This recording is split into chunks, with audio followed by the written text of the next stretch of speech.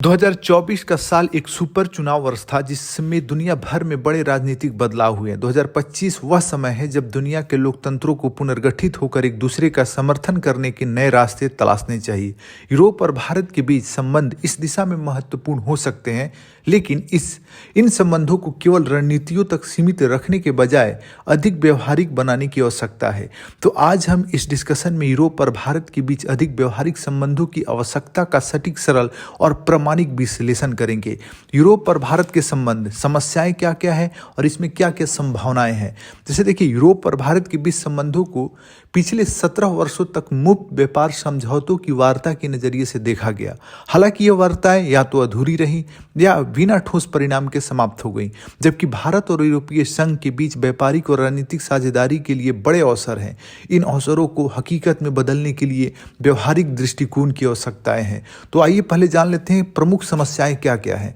जैसे भू राजनीतिक मतभेद, भारत का रूस और चीन के साथ ऐतिहासिक संबंध है, जबकि यूरोप ने रूस यूक्रेन युद्ध पर भारत की स्थिति से निराशा व्यक्त की है। आर्थिक प्राथमिकताएं, जैसे यूरोप भारत से अपेक्षा करता है कि वह रूस और चीन के साथ अपने संबंधों को सीमित करे, लेकिन भारत के लिए यह व्यवहारिक रूप से कठिन होता है। सांस्कृतिक और राजनीतिक चुनौतियां, जैसे भारत और यूरोप दोनों में अपने अपने लोकतंत्रों को मजबूत करने की आवश्यकता है, लेकिन इन चुनौतियों से सामूहिक रूप से निपटने की दृष्टि अभी भी कमजोर ही है। क्या क्या संभावनाएं हैं दोनों के बीच। बढ़ता व्यापार, भारत दुनिया की तीसरी सबसे बड़ी अर्थव्यवस्था बनने की ओर अग्रसर है। यूरोप के लिए भारत के साथ व्यापारिक साझेदारी उसके गिरते वैश्विक आर्थिक हिस्सेदारी को संतुलित कर सकती है। दूसरा, भविष्य की प्रौद्योगिकी, भारत और यूरोप मिलकर उभरती प्रौद्योगिकियों में चीन के वर्चस्व को चुनौती दे सकते हैं। रक्षा और सुरक्षा, जैसे यूरोप भारत को एक विश्वसनीय साझेदार बनाकर उसकी रक्षा क्षमताओं को मजबूत कर सकता है। भू राजनीतिक संदर्भ में इसको हम देख लेते हैं। जैसे भारत और यूरोप के बीच संबंधों को फिर से मजबूत करने की आवश्यकता है। जैसे भारत की स्थिति क्या है, भारत एक लोकतंत्र है, लेकिन उसकी रूस और चीन के साथ मजबूरी भरी साझेदारी भी है। रूस के साथ भारत के संबंध ऐतिहासिक है और चीन के साथ आर्थिक साझेदारी के बावजूद दोनों के बीच भू राजनीतिक प्रतिद्वंद्विता स्पष्ट है। यूरोप की दृष्टि क्या है, यूरोप भारत को रूस से अपने संबंध तोड़ने की सलाह देता है, लेकिन स्वयं चीन पर अपनी आर्थिक निर्भरता को समाप्त नहीं कर सका है। यह दोहरा मापदंड भारत को असहज करता है। आगे का रास्ता इसमें क्या हो सकता है, यूरोप और भारत को यह समझना होगा कि रूस और चीन का नो लिमिट साझेदारी केवल यूरोप और अमेरिका के लिए ही नहीं बल्कि भारत के लिए भी एक बड़ा खतरा है। अटलांटिक और हिंद प्रशांत क्षेत्र के घटनाक्रम एक दूसरे को प्रभावित करते हैं। व्यवहारिक समाधान और सहयोग के क्षेत्र क्या क्या हो सकते हैं। व्यापार और आर्थिक सुरक्षा, जैसे यूरोप और भारत को व्यापार और निवेश के बाधाओं को हटाने के लिए ठोस कदम उठाने चाहिए। चीन पर निर्भरता कम करते हुए आपूर्ति श्रृंखला को विकसित करना चाहिए। रक्षा सहयोग में, जैसे अमेरिका पहले ही भारत का मेजर डिफेंस पार्टनर है, यूरोप को भी भारत के साथ रक्षा सहयोग को गहरा करना चाहिए। यूरोपीय संघ और भारत के बीच रक्षा सहयोग को उच्च राजनीतिक स्तर पर ले जाने की आवश्यकता है।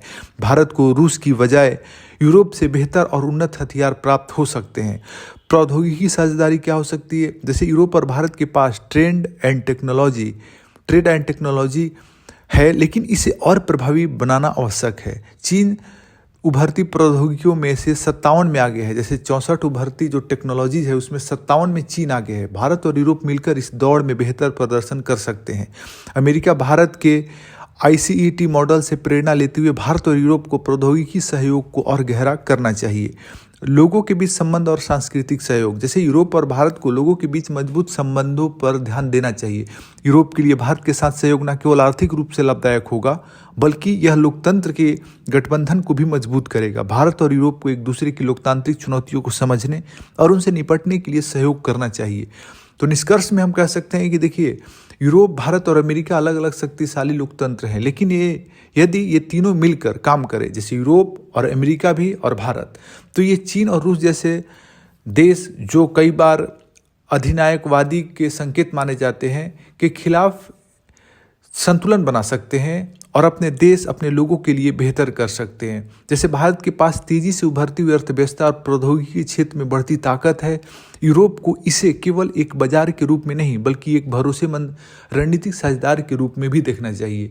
यह समय है कि यूरोप और भारत अपने मतभेदों को सुलझाकर एक नई शुरुआत करें और दुनिया में लोकतंत्र को मजबूत करने में एक महत्वपूर्ण भूमिका निभाएं।